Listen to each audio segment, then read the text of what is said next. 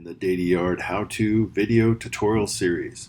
Today I'm going to show you how to use Microsoft Outlook 2019 to work with a DataYard Connect Mail mailbox. And when you open up Outlook and go to add an account, it's going to ask you for the email address to add to your account.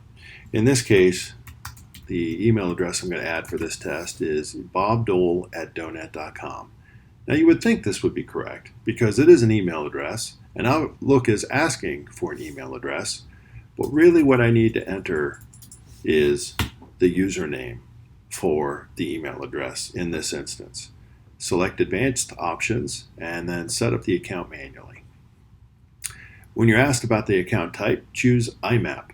You have the choice of POP or IMAP. POP was the old way of doing things. IMAP is much better if you're trying to sync your emails across multiple devices, and this is the way you want to go today. When you select that, you're going to be prompted for the incoming mail server. Choose imap.donet.com on port 993.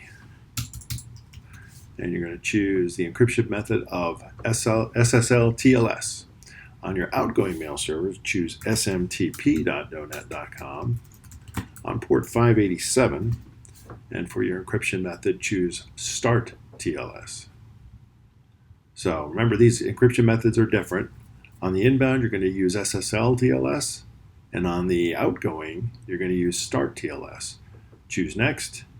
Enter the password for the account. I already had that saved. And the account setup is complete. Now when I open it up, and when it gets configured, there it is. There's Bob's email. And just to test a message to see if I can send it to myself, I'm just going to send me a test from me to me. Hello. And let's do a send and receive. There it is. Test from me to me. And that's how you set up a Connect Mail email account with Outlook 2019 on a Windows machine.